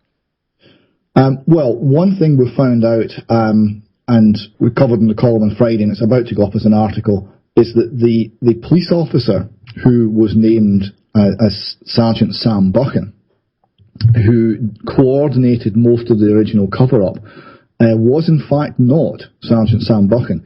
He was an officer presenting himself as that officer. He was an officer dressed in a sergeant's uniform of Police Scotland, but he was most certainly not Sergeant Sam Buchan. So one thing that we're seeing here is that someone framed Sergeant Sam Buchan, or put his name in the frame for these activities. We're seeing and we're hearing reports from people within Police Scotland that there's a force within a force operating, that there are people who are operating correctly and above board. They tend to be passed over for promotion quite a lot, and there's people who are operating with quite another agenda as a clique within Police Scotland, and that they are in control of a lot of the high places and are promoting like-minded people. So we have this ongoing friction within Police Scotland. Well, one of the advantages of this, of course, is that some of the good people are starting to talk to us, and we're getting some information about what's going on. Well, that's what we need over here in Ireland. If there are people who are listening to this show or know somebody who's involved and wants to pass on some information to us, we can pass it on to David. We got a couple of more questions for you there, David. Yeah. Steve? Yeah, we have a question from Hammy come in earlier on, and Hammy was wondering, David, is mental health another part of the legal armoury that they use against us? It certainly is.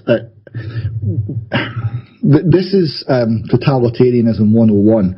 In Soviet Russia, in the time of Stalin, they had a manual on mental illnesses, just as we do now in the West. We've got DSM-5, I think it's called now, the Diagnostic and Statistical Manual 5, right, and there are no statistics in it, by the way. That's just to make it sound more impressive.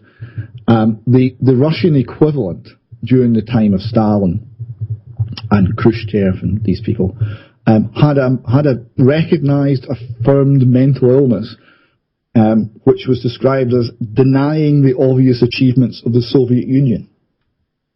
So if you pointed out that the statistics on production were fake and in fact there was no food in the shops, you were by definition mentally ill.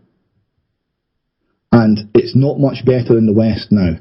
If you point out the wrong thing about the wrong people, you will be assaulted by the psychiatric profession, who have a woeful record on everything and have also a long history of trying to assemble power unto themselves. Yeah, they're trying to justify their own existence.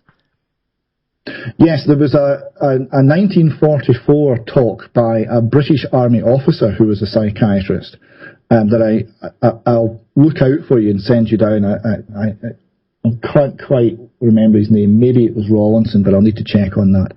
And he announced that the psychiatry profession would essentially take over all the others, and he listed them. And he said, we've already made lots of progress with the church. The medical profession will be a bit harder.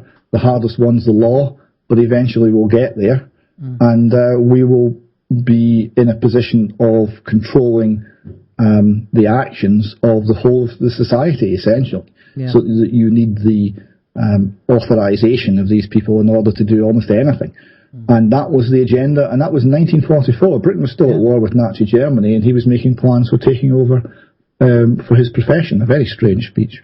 I heard of a psychiatrist that originally they weren't allowed to prescribe drugs, and the doctors were kind of looking down the nose at the psychiatrists, and they changed the laws or the rules, whatever that's required for them to actually prescribe drugs. So the psychiatrists felt as powerful or on the level as a medical doctor. Yes, that's the model they've always envied, and that they're getting there now. Yes. Yeah. Okay, Steve has more questions. Yeah, just in relation to, again, just in talking about a psychiatrist and the DSM, that manual, that DSM, as you know, it grows and grows every year, and seemingly, if anyone is interested, how a mental condition ends up in the DSM. Basically what it is a group of doctors sit around and they invent illnesses to go into the DSM, and once it's in the DSM, then they can prescribe medication for it. And what people may not know is once something goes into the DSM, it's very, very hard, if not impossible, to get it removed. Actually, I think to date only one illness was actually removed, and that's because of the public outcry, and that was being gay. Seemingly, being gay was classed as an illness that could be treated with drugs, but there was so much public outcry, it was eventually removed. And well, we've got things like Munchausen syndrome by proxy, right, which is nonsense, and there's a lot of public outcry about that. But they just changed the name to fabricated and induced illness syndrome. So there we go. It's all fine now. Yeah. The Win scale solution. And what's the other one? Social anxiety disorder. If you have social anxiety disorder, you can be put on drugs. Social anxiety disorder is another name for shyness. It's ridiculous. You know when you're in school and you did daydreaming? Yeah. Is that now ADHD or something? That's ADHD, yeah. Oh, yeah. See, what they do, I mean, we all know the medical profession. They look for a symptom and then they'll have a drug to fit it. That's the aim of the game. One of the other key things about the DSM is if it's in the DSM, it can have a cost code. Oh, that's quite convenient. That's very corporate. That is having a cost code. Listen, I'm just watching the time, and we have a couple more questions there, so we want to get them over to you, Steve. Yeah, we have a question from Hammy, and basically Hammy was wondering when you spoke about the Gardai arriving at the household. Alleging that they were there under instructions from Interpol. Do we know, David, how the Gardai found out exactly where the Dochertys were? Were they traced, were located with a mobile phone, or I mean, we think it came from Britain. We think it came from the serious. What's too many acronyms? Serious Crime Squad or something, was it? Yeah, that's not quite right. But the National Crime Agency, that's it, National Crime Agency in Britain. It didn't come from Interpol because the only people, it's not only the supporters and sympathisers for the Dochertys that don't get freedom of information requests answered. The Dochertys don't either, including subject access requests. They just get ignored. The only people who have ever given a full answer to a Docherty FOI request is Interpol, and Interpol said, "We have no record of you. Your family is not in our files. We've never heard of you." So what the Gardai officers said, and quite possibly what they themselves believed, because they'd been told, was in fact a pack of lies. So I mean, so basically, the case stinks to high heaven. They're being lied at or lied to from the top down. So I mean, what do you think will eventually happen? I mean, what do you see with all the lies and corruption that we know is going on? What do you think is the outcome? What's going to happen? I'm honestly not thinking about that because I'm convinced we're going to win. Now, what does winning look like? I'm not sure that you can have Enda Kenny anymore. I'm not sure we can have Nicola Sturgeon anymore. Because these people knew about this and did nothing. Or rather, did nothing apparently. I think behind the scenes they actually did do things. But those things were to the detriment of the Docherty family. So we've got a situation where the highest in the land are requiring there to be silence on this case. Otherwise, they're in the dock. So how do you overcome that? That's a huge problem. I think for me the main thing is to keep concentrating on the Irish authorities who are seizing these children without any lawful authority to do so. Give the children back. I think I think we need to talk, Dave, off air. Maybe hook up during the week, and there's a few things that you might not know which we can kind of talk to you about. That would be very helpful. We're always keen to learn. No problem at all. How are you doing, Steve? More questions there for Dave?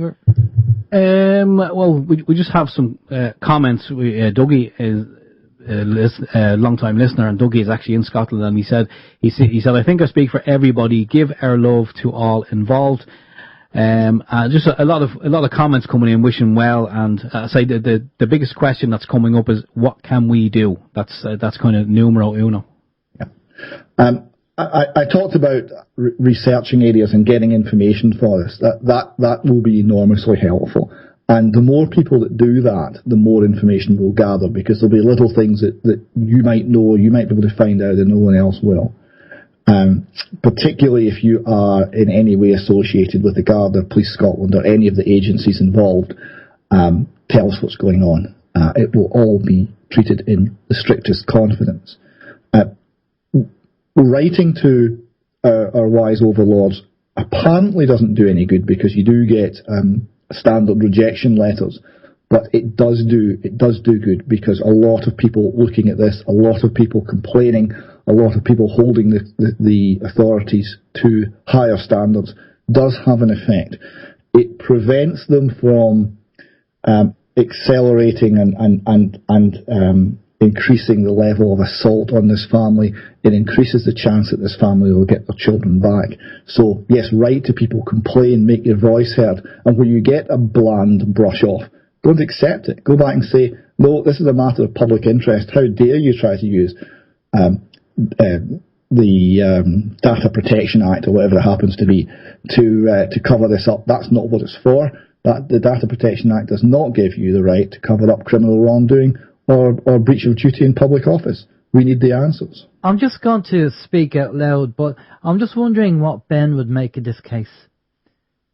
I'm sure he'd be outraged the same as everyone else. Because him being a family man as well, and that would kind of bring it out into the public as well, rather than use. I know they have a lawyer, and he might be, a nice guy and straight, but we know the system is not on their side. We've been told by people that have gone through the bar system that the responsibility of the lawyer is to the actual court and the Crown, and not to their client. So no matter how nice this solicitor and lawyer might be, their responsibility or their dedication and is to the court and not to the client. Can you tell us how Brian and Janice are surviving at the moment, Dave? Well, with some difficulty. They have enough to eat. They have a roof over their heads. That's about it. It's very, very basic. It's hand to mouth. There are one or two very kind supporters across the world who are sending them a little bit of money when they can. And if anyone wants to offer them financial support, we can make that happen through the UK column. And in fact, even just checks made out to them, sent care of the UK column, we will get them to them. So they're surviving, although there was, during this 2 years, there were times when they were literally going hungry. Okay. So it's been enormously difficult physically. The mental stress is enormous. I mean, I can't even imagine it, Dave. Being myself and Steve are family men, and I couldn't even imagine what Brian and Janice have gone through, especially the fact that they're not even seeing their kids. Yes, this is the thing. I mean, I had an email from Brian a while ago, just describing how upset his wife had been. I won't repeat exactly what he said, but he's obviously looking at the effect it's had on his wife, as well as everything that's happened on him, and vice versa. And it's very, very sad. But what the state normally relies on in situations like this is they split the couple up. Yeah.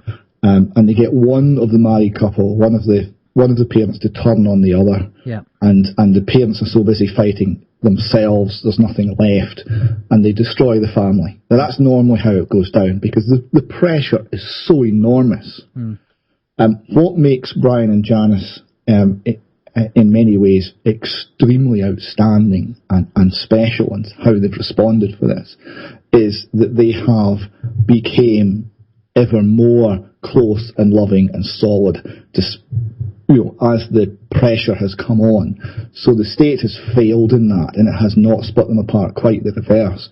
And their cohesion as a couple and love as a couple is another part of this that shines out. Plus their love for their kids. I mean, I'm a father myself. I've got three grown up children, and I reckon I can spot love for children when I see it, and they're outstanding. They really are. They're outstanding. They're a lovely couple. They're under better circumstances, it would be an absolute pleasure to know and to talk to, and they are still standing after 2 years of the most intense pressure it's possible to imagine, and the trauma of having your children seized twice, and yet they're still there. They're still fighting, and they're still standing. It's a remarkable story of human resilience against the most terrible evil that our wise overlords can throw at us. Well, the system is coming down. Unfortunately, we have to leave it there, Dave. Do you want to add anything quickly, Steve? Yeah, very, very quickly. I just wanted to say, Hammy was wondering, did you ever consider taking this story to the likes of Alex Jones at InfoWars? He said he'll be all over this like a rash. Maybe he would. And I just also wonder as well, Prison Planet knows about this. Yeah. Do we know, David, if the children are safe? And again, if they do get them back, the youngest child, will he remember the parents? Well, I don't know about that. I think if they get them back, the parents will. If they got them back and they got left alone, the parents are wise enough and caring enough that they would heal the wounds. The wounds are going to be deep after this amount of time, but love would overcome that. Yeah. Okay, Dave. We'll have to leave it there. We need to just finish up at the end of the show. But listen, thanks a lot for coming on. Much appreciated for coming on, telling us the story. We will get an update down the line, because I think this is very important. We're not going to leave it. We're going to talk again about it, and get you on and get an update. For now, just a big thank you for coming on and doing what you're doing, because you're putting your neck on the line as well. But I'm going to pass you over to Steve. Steve's going to get all your contact details, and then we'll take it from there. Yeah, again, I want to echo what Alan said, David. It's a heartbreaking story. It really is. But we hope that we can help in some way, and hopefully even just sharing this information tonight, maybe it may resonate with somebody. They may have a piece of information, and maybe it might just add to the case to help the Dochertys. If anybody wants to find out more, obviously the UK column is the place to find out the information. Do you have any other contacts that you want to shout out there? We can promote them as well. No, that's the main one. UK column at ukcolumn.org, the Docherty files. That's the main contact. My Twitter address is at Albion_Rover, and there's a fairly steady diet of information coming out through that source as well. And I want to thank you very much tonight for having me on and allowing me to explain what's happened to you and to your listeners, and I look forward to hearing from you again. Brilliant, Dave. Well, much appreciated for coming on, and thanks for doing the last minute thing, because we obviously Sandra's busy doing whatever she's doing, and there's obviously an issue there, but we'll get her back on. But again, thanks for filling in. Right, we'll go off to a musical break, and we'll be back after this. This is Open Your Mind Radio on OYMradio.com, UnitedWeStrike.com, and PeoplesInternetRadio.com. Okay, we're back. It was a short version of Lies by Fleetwood Mac. Quite appropriate, though. Yeah, that's why I picked it. I was trying to find a song in the list there called All Politicians Are Bad people. Well, I couldn't find one. Albion at Albion_Rover is David's Twitter feed. I'm going to put that up on the chat room there now if anyone wants to follow him and keep abreast of the case. Again, as he mentioned, ukcolumn.org is where you'll find most of the information. We have posted up the link on the chat room there to the exact link of where you can download the Docherty files. Okay, now, we have been in touch with Brian and Janice because over the last few days and last couple of weeks, and they are planning to get broadband into their the house where they're in at the moment. But Brian did send me an email, and he said sorry for the lack of being in touch for a few days. He said both of them have been very ill for most of the week, and he's just catching up in the emails now. Basically what happened was we have been poisoned a good few times and have been very ill. So now they're actually resorting to poisoning them because they're not getting their plans are not working. They're trying to obviously poison them. So, well, look, the good news is the system is coming down and more are being revealed. I know, I don't know whether people seen it, but there's been an expose of 70,000 paedophiles in the paedophile ring. Have you seen that, Steve? No. Oh, okay. No. That's came out, and that's only the tip of the iceberg. 70,000. It's only the tip of the iceberg, and as David said, there's a ring within a ring within a ring. And we have been approached, and Steve knows this. We've spoke to the guy. We met him in the hotel, didn't we, Steve? We did. Yeah. And he told us about certain things going on in a certain location, and that the authorities and the Gardai were involved. And I know for some people that's hard to probably swallow, because you'd like to think that the Gardai are above board. And I'm not going to paint all of them with a brush. We know there are good guards out there, and we know there are good social workers and everything else. We need them to come forward, and we need them to tell us what's going on, because that's the only way we're going to clean up the system, is to expose what's going on. That's what we need. So if you know anybody working in them areas and knows something, get them to talk to us, and it can be anonymous, so you don't have to give us names or anything, but we need to have evidence. We can't just go on hearsay. We're happy to talk about obviously the case, but obviously the more we have on the evidence side we can pass over, the better. It's just kind of harrowing what's going on, but there you go. That's modern Ireland. What can you say? Now, the guest that we were supposed to have on last week, Diane Cochran, regarding near-death experiences. Obviously, she had technical problems and we couldn't hook up, and we got Thomas on.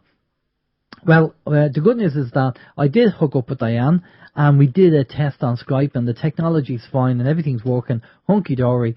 So we should be good to go next week with Diane and talking about near-death experiences. That's the plan of attack for next week. So it is tested. Now, I will also be in touch with Sandra from the Hub to find out what happened, because I do think there's an awful lot going on regarding the rateable value in court these days with the mortgages, and people being able to go back and sue the banks because it was all done illegally.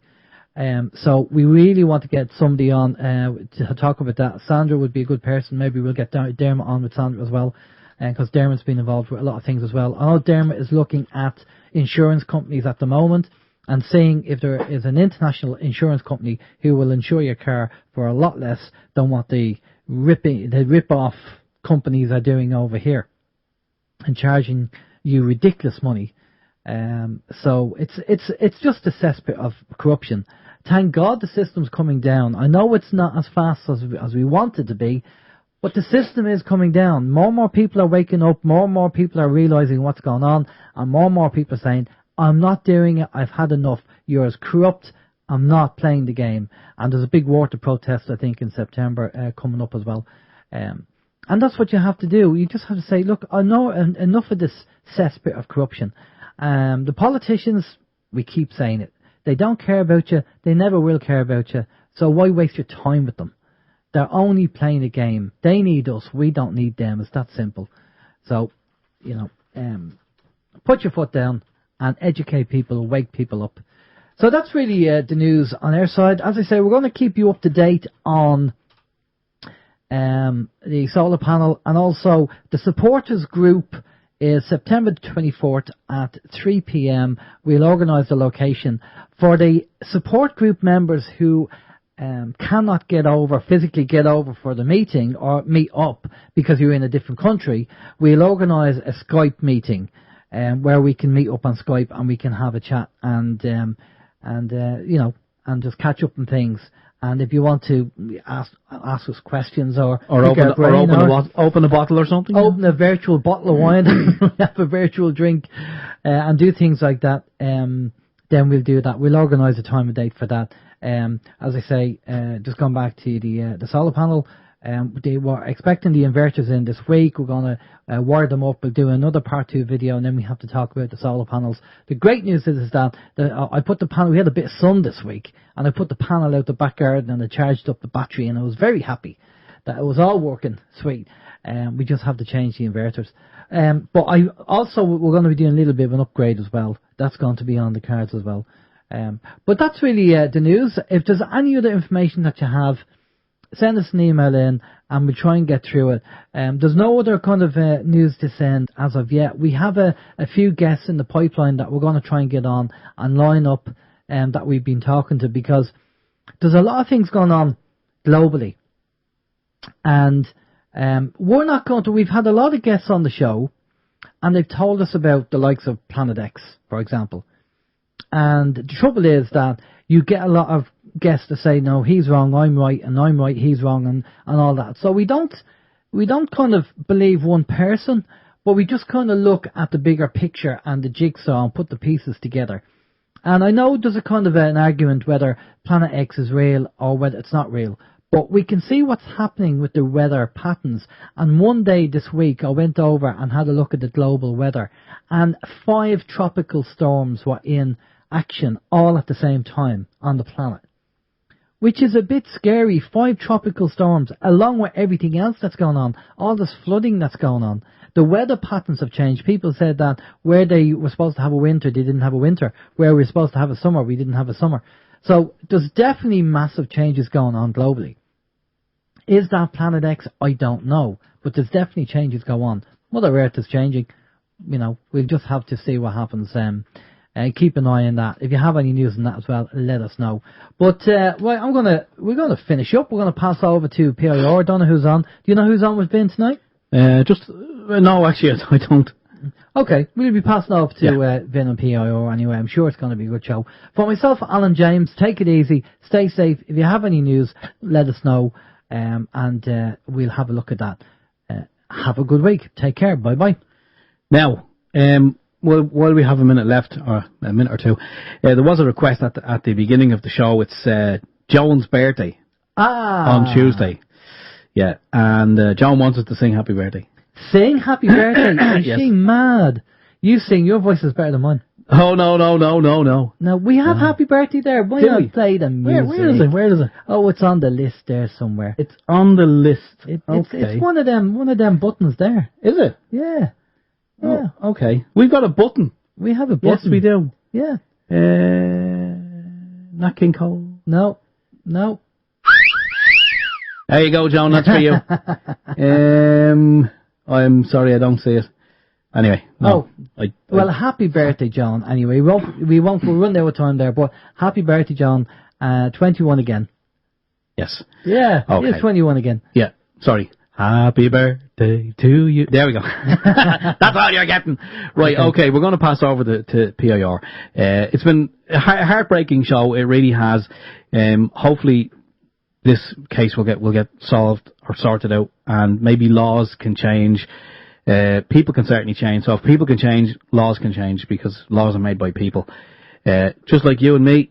Well, obviously not like you and me, but no. Anyway, again, as David said, donations for Janice and Brian can be sent over to UK Column, because they obviously need to eat and live and pay bills.